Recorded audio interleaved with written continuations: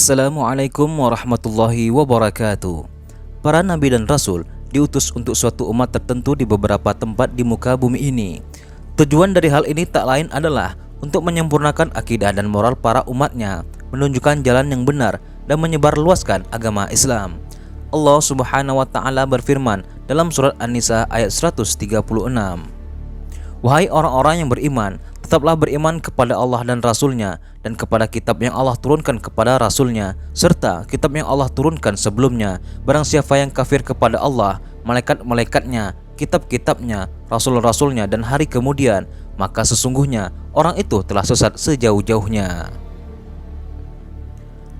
Ada beberapa benda-benda kuno yang diyakini oleh para ilmuwan sebagai peninggalan para nabi dan rasul, dan hal ini didukung oleh fakta-fakta yang memperkuat bahwa benda-benda ini benar merupakan peninggalan para utusan Allah. Apa sajakah benda-benda tersebut dan bagaimana wujudnya? Berikut 8 peninggalan para nabi dan rasul terdahulu versi #TV. Namun sebelumnya jangan lupa untuk klik tombol subscribe dan lonceng notifikasi agar Anda selalu mendapatkan informasi terbaru dari kami. Yang pertama, Istana Nabi Daud alaihissalam. Arkeolog asal Hebrew University di Yerusalem mengklaim dirinya telah menemukan 2 bangunan besar yang pernah ditinggali oleh seorang raja. Bangunan tersebut merupakan istana dari Raja Daud atau Nabi Daud alaihissalam, sebagaimana yang telah dikisahkan dalam sejumlah kitab suci seperti Al-Quran dan Alkitab. Penemuan tersebut telah melalui proses yang sangat panjang. Hampir setahun lamanya, arkeolog itu menggali sebuah situs yang diyakini sebagai benteng kota Yudea di Syaraim, yakni sebuah tempat di mana Nabi Daud alaihissalam mengalahkan para prajurit tangguh Raja Goliat, dan akhirnya Nabi Daud alaihissalam pun mengalahkannya hanya dengan sebuah ketapel.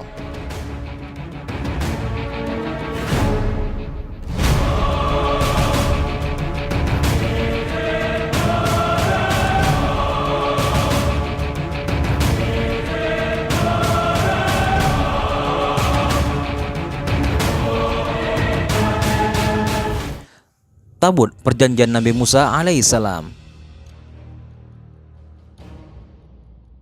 Allah Subhanahu wa taala telah mengutus Nabi Musa alaihissalam ke langit ke-7, dan ketika Nabi Musa alaihissalam kembali, beliau membawa tabut perjanjian untuk para umatnya saat itu. Pada tahun 1982, Ron White yang berprofesi sebagai arkeolog mengaku pernah menemukan tabut tersebut di Gua Yeremia, Israel. White mengaku banyak mengalami kejadian supranatural pada saat menemukan tabut itu. Ia dan anggotanya mengaku tidak berani membuka tabut tersebut.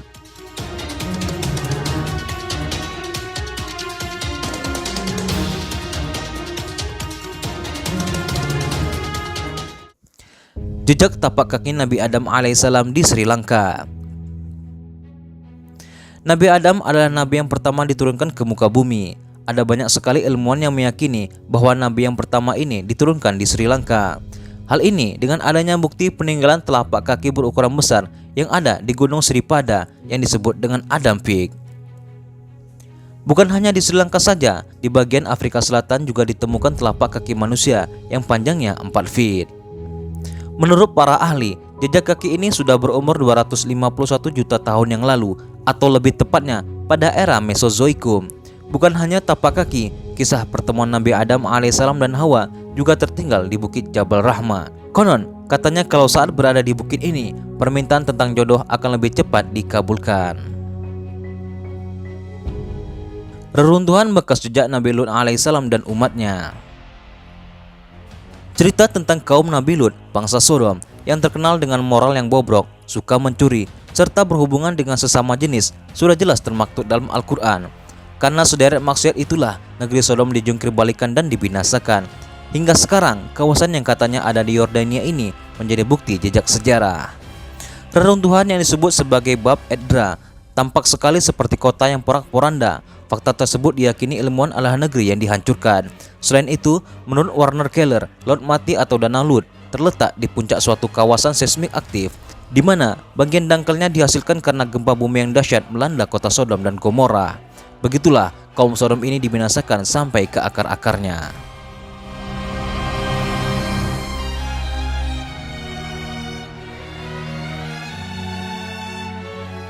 Peninggalan Nabi Musa alaihissalam dan kereta kuda Fir'aun di Laut Merah. Kisah Nabi Musa alaihissalam dan umatnya yang dikejar Fir'aun dan bala tentaranya adalah salah satu kisah tersohor yang pasti diketahui semua orang. Ternyata ketika mengejar Nabi Musa, Fir'aun menggunakan kereta kuda. Pada tahun 1998 lalu, seorang ilmuwan bernama Ron White mengklaim dirinya dan timnya telah menemukan bangkai kereta kuno di dasar Laut Merah yang diyakini kereta tersebut adalah milik Fir'aun yang ditenggelamkan. Temuan ini semakin diperkuat dengan beberapa kerangka tulang kuda dan manusia di tempat yang sama. Belum lagi, kereta yang sudah tertutup batu karang tersebut lengkap dengan 4 buah roda yang terbuat dari emas. Kerangka tersebut diujikan di Stockholm University dan telah berusia sekitar 3.500 tahun, di mana menurut sejarah, kejadian pengejaran itu juga terjadi dalam kurun waktu yang sama. Kapal Nabi Nuh alaihissalam.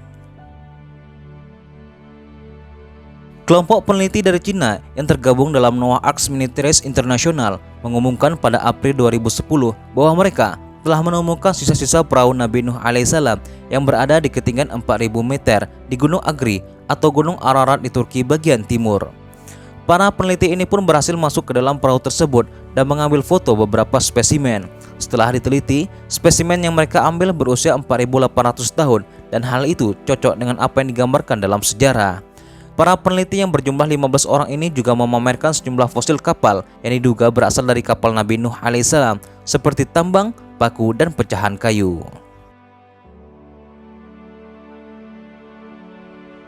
Makam Ibrahim.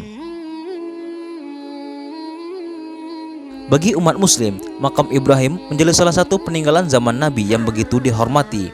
Bukan tanpa alasan, dahulu makam Ibrahim adalah sebuah batu yang dibawa oleh Nabi Ismail untuk ayahnya agar dijadikan sebagai pijakan saat membangun dinding Ka'bah yang tinggi.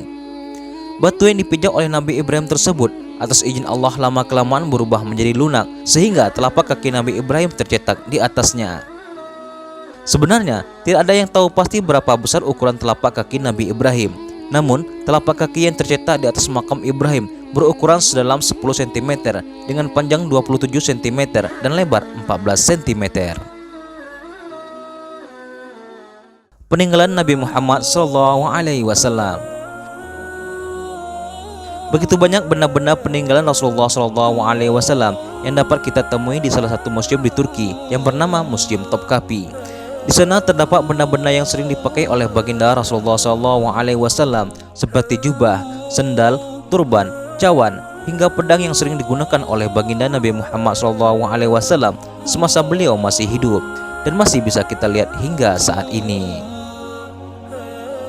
Itulah beberapa peninggalan berharga milik para nabi dan rasul Allah yang mungkin belum kita ketahui. Semoga informasi ini dapat menambah wawasan dan pengetahuan kita seputar dunia Islam.